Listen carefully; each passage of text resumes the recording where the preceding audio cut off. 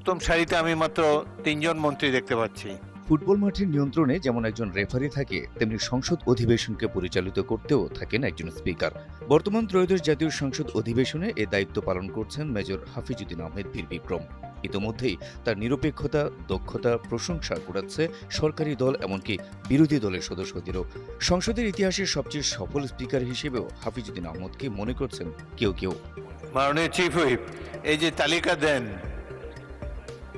প্রথমে ছাপানো, তারপরে হাতে লেখা, কিন্তু বক্তা তো পাওয়া যায় না।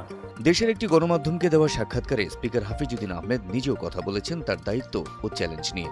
জানিয়েছেন কিভাবে এ দায়িত্ব পালন করছেন তিনি, সেই সাথে জানিয়েছেন রাজনীতি থেকে অবসর নেওয়ার সম্ভাব্য সময়সীমাও।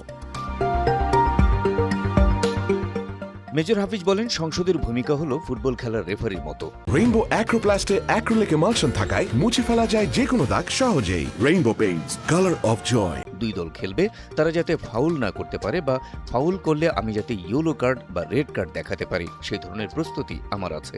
চেষ্টা করি যাতে নিরপেক্ষ থাকতে পারি। তিনি বলেন, দলের জন্য দলকানা যাতে না হই এবং দলের বোঝা বহন না করে সরকার এবং বিরোধী দুদলের কাছে গ্রহণযোগ্য সমাধান দেওয়ার চেষ্টা করি। বিএনপির সদস্য হলেও আমার অবস্থান রাখতে চাই দলীয় পরিচয়ের ঊর্ধ্বে। ত্রয়োদশ সংসদ নির্বাচন ও পার্লামেন্ট নিয়ে বলতে গিয়ে স্পিকার বলেন, গণঅভ্যুত্থান পরবর্তী সংসদের কাছে মানুষের প্রত্যাশা অনেক বেড়েছে।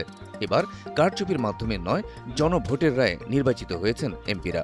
তিনি বলেন, অন্য কোনো পার্লামেন্টের সদস্যরা এত ত্যাগ বা এত সংগ্রামের মধ্য দিয়ে আসেনি যেটি এই পার্লামেন্টে এসেছে।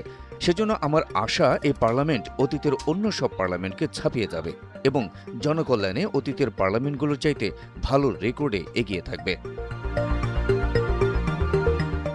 মুক্তিযুদ্ধে অসামান্য অবদানের জন্য বীর বিক্রম খেতাব পাওয়া মেজর হাফিজ বলেন, দেশে এখন গণতন্ত্র প্রতিষ্ঠিত হয়েছে। এই গণতন্ত্রের সুফল যাতে জনগণ পায়, এজন্য সরকারি ও বিরোধী দল উভয়ই সচেষ্ট থাকবে বলে আমার বিশ্বাস। রাজনীতির দীর্ঘ যাত্রায় স্পিকারের দায়িত্ব পালন প্রসঙ্গে তিনি বলেন, এই পজিশনে আসতে আমাকে অনেক কষ্ট করতে হয়েছে।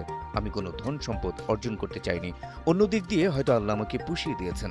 এলাকাবাসী যেভাবে সমর্থন জানিয়েছেন, এটি আমার রাজনৈতিক জীবনের শ্রেষ্ঠ পুরস্কার। ভোলা থেকে 7 বার এমপি নির্বাচিত হওয়া অভিজ্ঞ এই পার্লামেন্টেরিয়ান ইঙ্গিত দিলেন রাজনীতি থেকে অবসর নেওয়ারও। জানালেন, স্পিকারের দায়িত্ব পালন শেষেই অবসর নিতে চান তিনি। দীর্ঘ 55 বছরের রাজনৈতিক অভিযাত্রায় ইতি টানার সময় হয়ে গেছে বলেও জানান তিনি। বলেন, একসময় তো অবসর নিতেই হবে। আমার মনে হয় এখন সেই সময় এসে গেছে। Habib Rasel, NTV online.